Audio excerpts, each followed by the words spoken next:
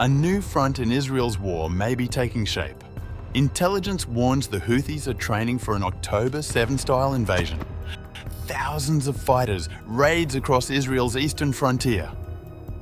Codenamed Jerusalem Flood, it's a shift from rockets to infiltration. Israel scrambles new divisions, strikes Yemen, and braces for an attack designed to shock the region all over again.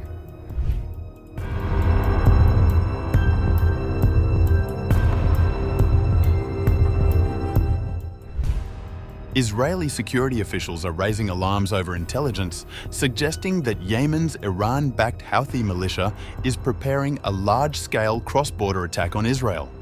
The threat is reportedly modelled after the October 7 Hamas assault, which killed hundreds and shocked the region.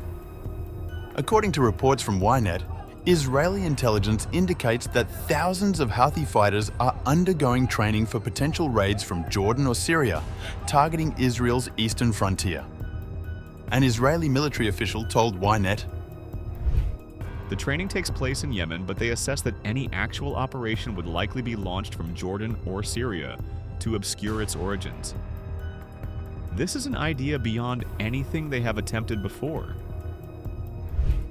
According to military assessments, the Houthis are training militias for large-scale incursions, a program reportedly codenamed Tuffan al-Aqsa, or Jerusalem Flood.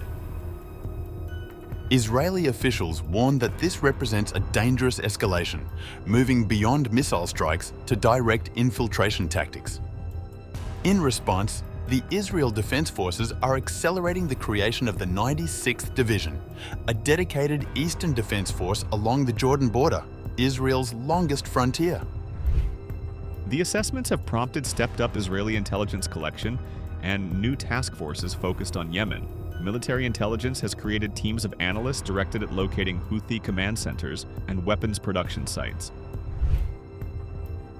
Approximately 12,000 reservists have been recruited, and new outposts, barriers, and early warning systems are under construction. Those units have already produced what the military called initial successes in mapping Houthi infrastructure. Even a small infiltration, if undetected, could cause significant disruption. Israel's military strategy emphasizes both prevention and rapid containment, coordinating closely with the Jordanian army to block potential incursions.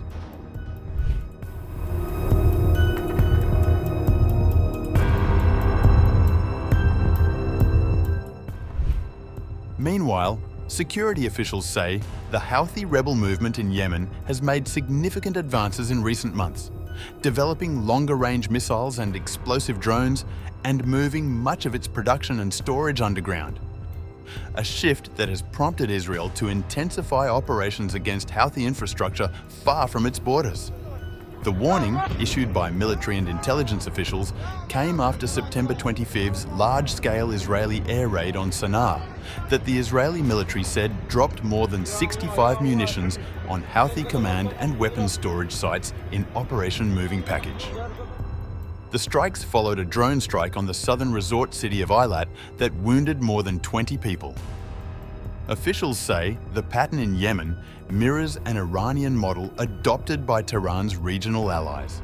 Establish fortified, indigenous weapons industries, often dug into mountains or deserts, so groups are not dependent on foreign shipments. The model, officials say, aims to produce heavier, more accurate missiles and low-flying, hard-to-detect explosive drones. A senior Israeli military official told Ynet, "The threat is evolving. The Houthis are not only launching rockets and drones, they are building resilient production and storage capabilities."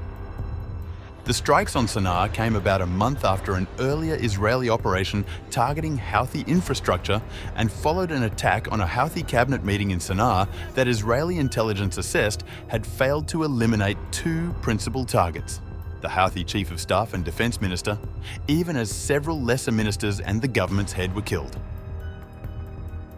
US and international pressure on Houthi financing and arms transfers has continued. The US Treasury this month sanctioned more than 24 entities accused of channeling funds to the Houthis. Israeli officials said those steps, together with targeted strikes and internal Houthi developments, could help weaken the group over time. IDF officials have said the operations are designed to prevent a future in which the Houthis possess thousands of accurate long-range missiles that could threaten Israel and regional stability. One senior military official said, "We do not want the Houthis to become a strategic, long-range missile threat. That is why we are acting now to disrupt their centers of gravity." The Houthi movement, which is backed by Iran, has launched waves of drones and missiles toward Israel and shipping lanes in the Red Sea since the Gaza war began. Israel says its strikes in Yemen are intended to stop those attacks and to protect Israeli and international maritime traffic. Analysts caution that degrading Houthi capabilities is difficult.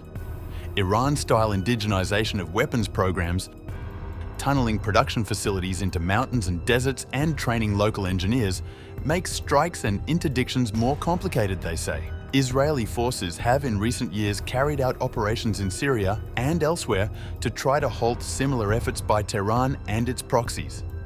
Israeli leaders argue a sustained campaign against the Houthi threat is necessary even if a ceasefire in Gaza is reached, saying the group's stated goal of destroying Israel makes it an enduring security risk despite its geographic distance.